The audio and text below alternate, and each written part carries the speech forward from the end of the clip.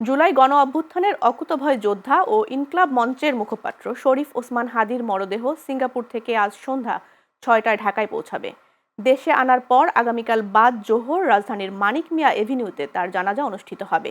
ইনকলাব মঞ্চের আহ্বায়ক শরীফ ওসমান হাদির মৃত্যুতে গভীর শোক ও দুঃখ প্রকাশ করেছেন রাষ্ট্রপতি মোহাম্মদ শাহাবুদ্দিন এবং প্রধান উপদেষ্টা অধ্যাপক ডক্টর মোহাম্মদ ইউনুস। বৃহস্পতিবার রাতে জাতির উদ্দেশ্যে দেয়া ভাষণে প্রধান উপদেষ্টা ডক্টর মোহাম্মদ ইউনুস শনিবার একদিনের রাষ্ট্রীয় শোক ঘোষণা করেছেন। একই সঙ্গে তার স্ত্রী ও সন্তানের দায়িত্ব রাষ্ট্র নেবে বলে ঘোষণা দিয়েছেন প্রধান উপদেষ্টা। এছাড়া হাদির মৃত্যুতে গভীর শোক ও দুঃখ প্রকাশ করেছেন প্রধান বিচারপতি ডক্টর সৈয়দ রেফাত আহমেদ। এই ঘটনার প্রতিবাদে ও শহীদদের আত্মার মাগফিরাত কামনায় আজ বাদ জুমা সারা দেশে মসজিদ সহ অন্যান্য উপাসনালয়ে দোয়া ও প্রার্থনা অনুষ্ঠিত হয়। এর আগে ১২ ডিসেম্বর জুমার নামাজের পর ঢাকার পুরানা পল্টনের বাক্স কালভার্ট রোডে গুলিবিদ্ধ হন ওসমান হাদি। উন্নত চিকিৎসার জন্য ১৫ ডিসেম্বর তাকে এয়ার অ্যাম্বুলেন্সে করে সিঙ্গাপুরে নেওয়া হয়।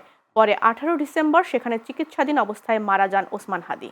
শরীফ ওসমান হাদির এই অকাল মৃত্যুতে আমি গভীর শোক ও দুঃখ প্রকাশ করছি।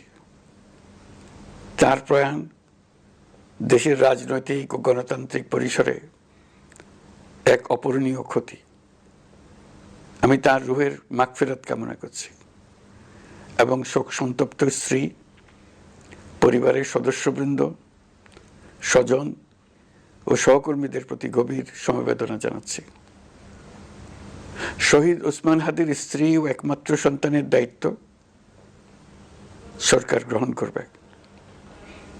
শহীদ শরীফ ওসমান হাদির অকাল মৃত্যুতে আগামী শনিবার একদিনের রাষ্ট্রীয় শোক ঘোষণা করছি।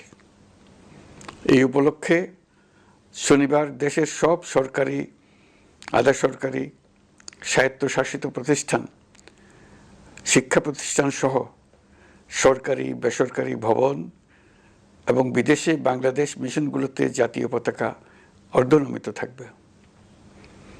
একই সাথে আগামীকাল শুক্রবার বাদ জুমা দেশের প্রতিটি মসজিদে শহীদ ওসমান হাদির রুহের মাগফিরাত কামনায় বিশেষ দোয়া ও মোনাজাতের আয়োজন করা হবে।